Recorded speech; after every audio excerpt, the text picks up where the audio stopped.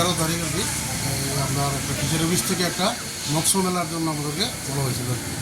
তো সেই হিসাবে আমরা প্রতিনিধিরা 20-25 জনের মতো আমরা আসি এখানে সকাল 8টার থেকে 9টার মধ্যে আসার লেগে করছে। তো আমরা 8টা থেকে 9টার মধ্যে সবাই উপস্থিত হয়েছি।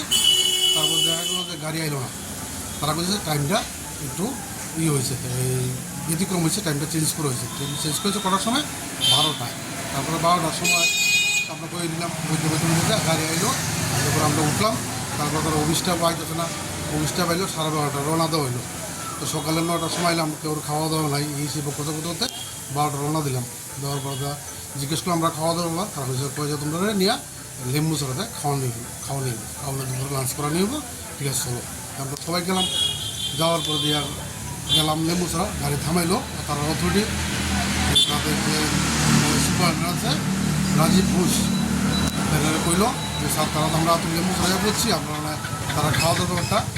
তখন তাই না কইলো যে দেখো এই খাওয়াটা তো হয়তো তৃপ্তি হোটেল থেকে আইব পাই। আমরা কইলাম যে তৃপ্তি হোটেল থেকে খাওয়া নাই না, আমরা না খাওয়াইতে করতে পারবো 6টা। তো 6টার সময় আমরা খাইলেই বলি আগরতলাতে হোটেল নাইনি, তাই না মানুষ রাজি না, তাই না এখানে খাওয়া নিব। এবার আমরা সবাই যারা বেনিফিশিয়ারি আছে সবাই রাগান্বিত হইলাম, 90-80টা সবাই রাগান্বিত হইলাম, রাগান্বিত হইলাম। তা আমরা খাইতাম না, আমরা টাকা খাওয়াবো না, আমরা আগরতলাকে কামা করতে লোভ নেই।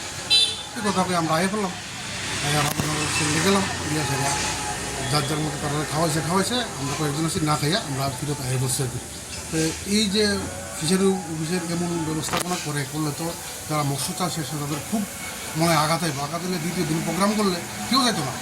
এটার লাগে আমি আপনার কাছে আবেদন করতেছি যে সুনির্দিষ্ট বিচার হয়, যেন দেখা হয়। আপনারা ভালো করে মিডিয়া বন্ধুরা দেখবেন যে ঠিক করা যায়, এটা একটা উপযুক্ত শিক্ষা ব্যবস্থা নেওয়া প্রয়োজন।